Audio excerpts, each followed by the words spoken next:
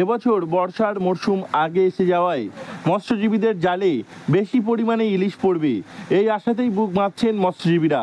গত বছর ইলিশের দেখা মেলেনি, ফলে ক্ষতি হয়েছিল অনেকটাই। এবছর সেই ক্ষতিপূরণ হবে বলে মনে করছেন তাঁরা।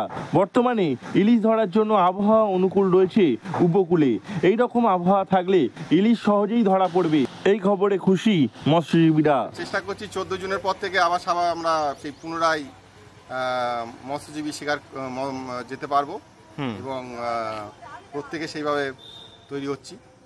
এখন কি প্রায় শেষ মুহূর্তের দিকে কাজ? এখন শেষ মুহূর্তের দিকে কাজ। কি মনে হচ্ছে এবছর কি ভালোই হতে পারে?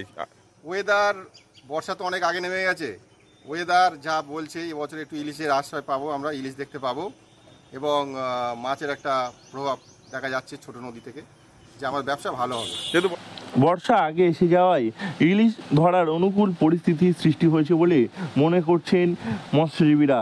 এই আবহাওয়া দেখে সমুদ্রে যাওয়ার জন্য সব রকম প্রস্তুতি সেরে নিয়েছে মৎস্যজীবীরা।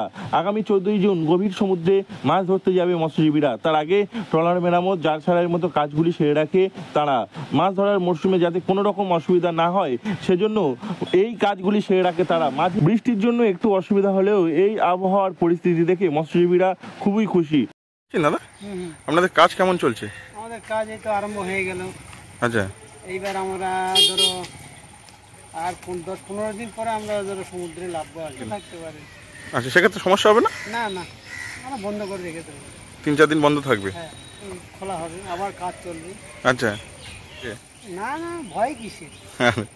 কেন ভয় করবে? বর্তমানে পূবালি হাওয়া বইছে। ছোট মৎস্যজীবীরা যারা নদীতে জাল ফেলেন তারাও ইলিশের দেখা পাচ্ছেন, ফলে ইলিশ নিয়ে আশায় বুক বাঁধছেন সকলেই। এ নিয়ে মৎস্যজীবী সংগঠনের পক্ষ থেকে অলোক হালদার জানান, এবছর বর্ষা অনেক আগে চলে এসেছে, ফলে ইলিশের দেখা মিলছে। নদী ও সমুদ্রের মোহনায় মিষ্টি জলের ধারা পৌঁছায়, সেই ইলিশ সুস্বাদু হয়। মৎস্যজীবীরাও এ নিয়ে জানিয়েছেন তারাও প্রস্তুত সমুদ্রে যাওয়ার জন্য। এবছর কোনো ভয় নেই তাদের। এবছর ইলিশ বেশি পরিমাণে ধরা পড়বে বলে জানিয়েছেন তারা। দক্ষিণ 24 পরগনা থেকে নওয়াব মল্লিকের রিপোর্ট, লোকাল 18 বাংলা।